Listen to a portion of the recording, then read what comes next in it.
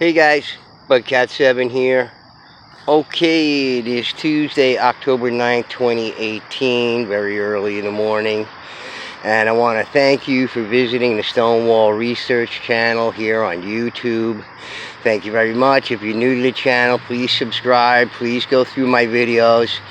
And I always say this, but just to say again, because I don't get a lot of views on some of my videos on my research site in Connecticut, the Mallory area there. If you're interested in the stone walls of New York and New England, you don't really want to miss those videos, because you got mounds in there, serpent walls, effigies, special constructions. You just have amazing stuff that you can't see anywhere on YouTube or the internet or on the web or anything. So you don't want to miss that stuff. I go through each individual thing at the Mallory area in Connecticut. There, it's just so amazing, the Stonewall site that's there.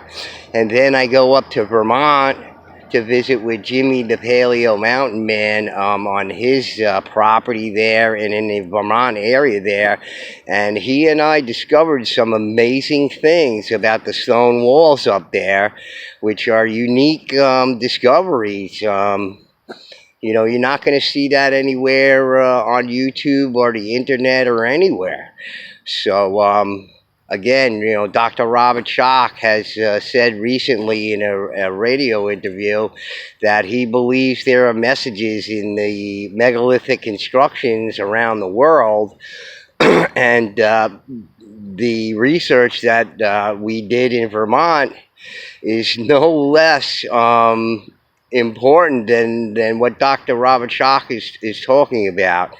So you don't want to miss those videos. Please do go through them. And again, back to my Mallory area, you can see a megalithic sea turtle there, and as far as I know, it's the only one. So you're going to see some very unique things on the videos on my channel, so don't miss them.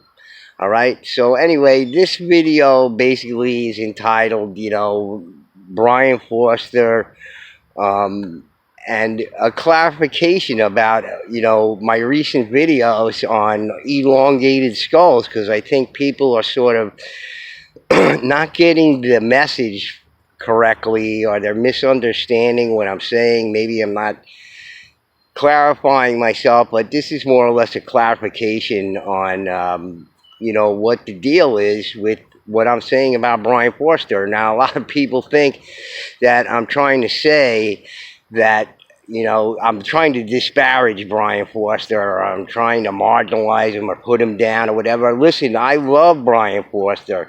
I've subscribed to his channel for years, many, many years now.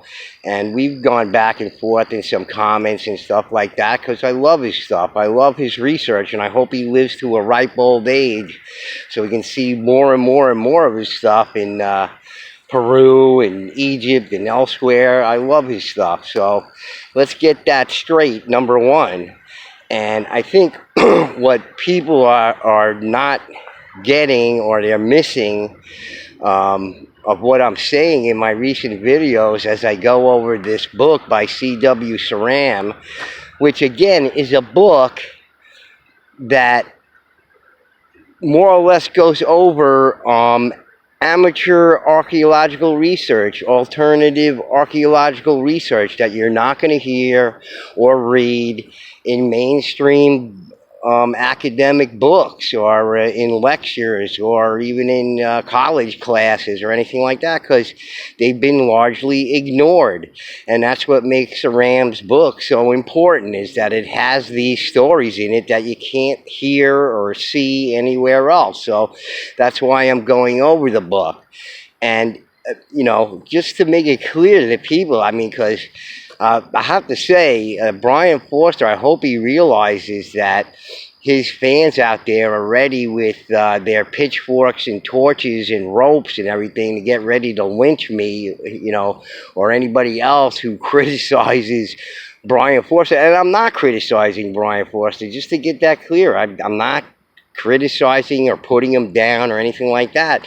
I simply read to you from the book, C.W. Ceram's book, about amateur archaeologists, amateur alternative researchers from the past who found elongated skulls.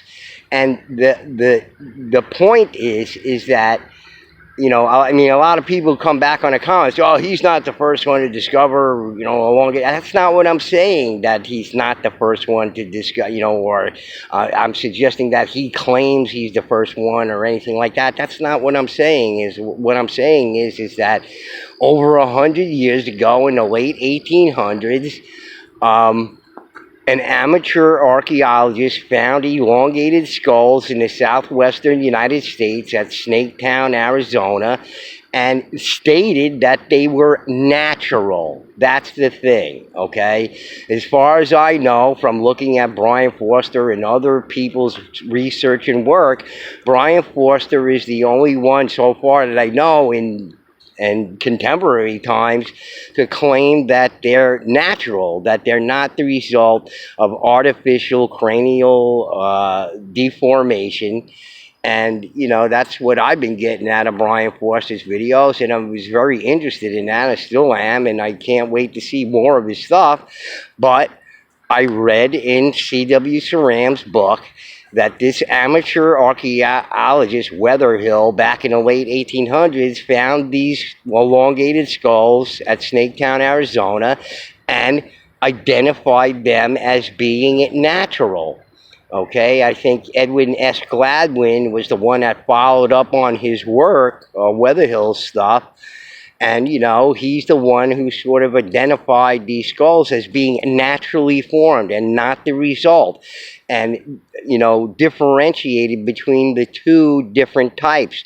The skulls that were formed by artificial cranial deformation and these natural skulls of these people who existed before then.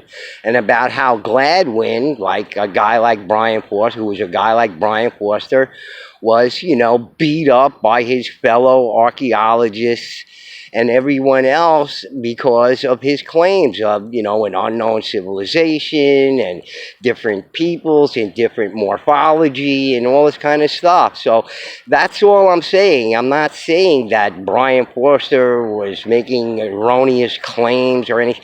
I'm not saying any of that stuff. I'm just telling you and bringing you this information from the research that I'm doing in this book, that somebody came up with this information before, made this observation over 100 years ago, that there were naturally formed elongated skulls found in an archaeological dig by amateur archaeologists. You're not going to hear any of those stories unless I'm bringing them to you or somebody else who bothers to do the actual research.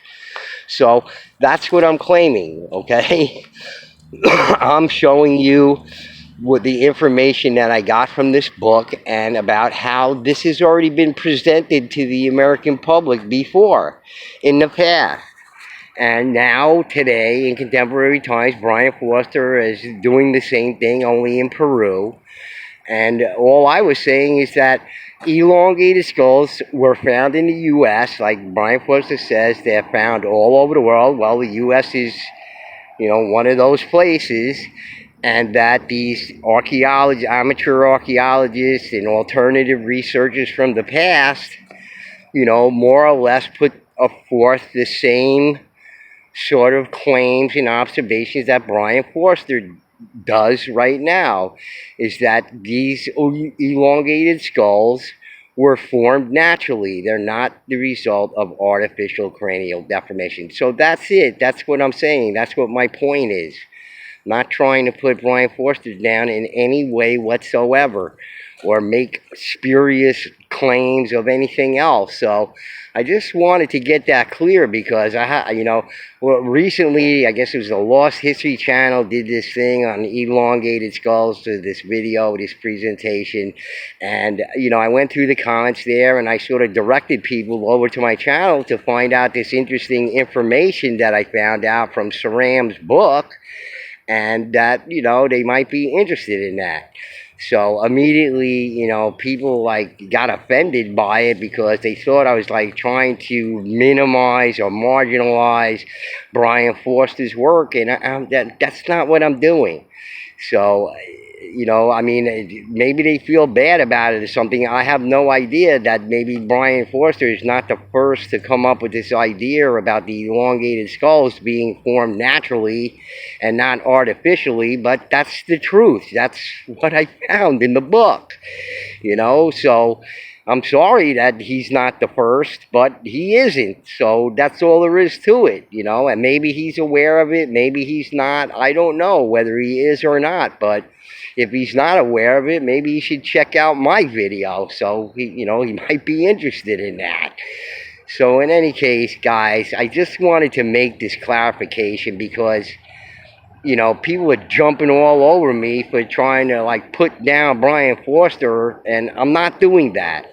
Okay, I love Brien Foerster, so I mean that's not the purpose of my videos. It's just simply to point out that this particular subject has been brought up before 100 years ago, 140 years ago, and it's probably going to be another 100 years before somebody else, after Brien Foerster is gone, brings it up again. And we haven't gained 1 inch of ground in all that time. Maybe we will now. I don't know, but I hope so, and I hope I'm contributing to clarifying the whole subject matter. That's what we're really interested in, not who was first and, whatever. Again, in my videos, I was just simply pointing out that, elongated skulls have been found here in the southwestern United States, and they are naturally formed, and there was a culture there that came after them that artificially deformed the skulls, similar to that of what Brien Foerster found out down there in Peru. Just as simple as that. But this subject has all been brought up before 100 years ago, or over 100 years ago, 140 years ago, 130 years ago. Okay, so we're doing this repeat again and again and again, and we don't seem to be making any headway because mainstream academia wants to put these people down.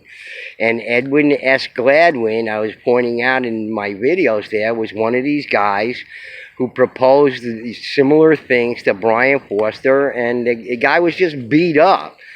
They beat him into submission, more or less. So, he didn't want to lose all his friends, so he decided to revise his stuff to sort of conform with the current notions of back then, which we still have today in mainstream academia. That's all. That's all I wanted to present to you guys. So, okay, so you can put your rope away. You don't need to hang me or anything like that. I love Brien Foerster. I hope he continues doing his work. His work is so important. So, let's just get that clear. Okay, so anyway, guys, that's all I wanted to do. I wanted to do this video about that because I think people were misunderstanding, or they weren't getting it, or whatever. And it was upsetting me. So, this is why I'm doing this video. Okay? So anyway, guys, Budcat7 signing out, and I'll be bringing you a new video pretty soon with some more interesting stuff. And peace out, guys. All right? Bye now.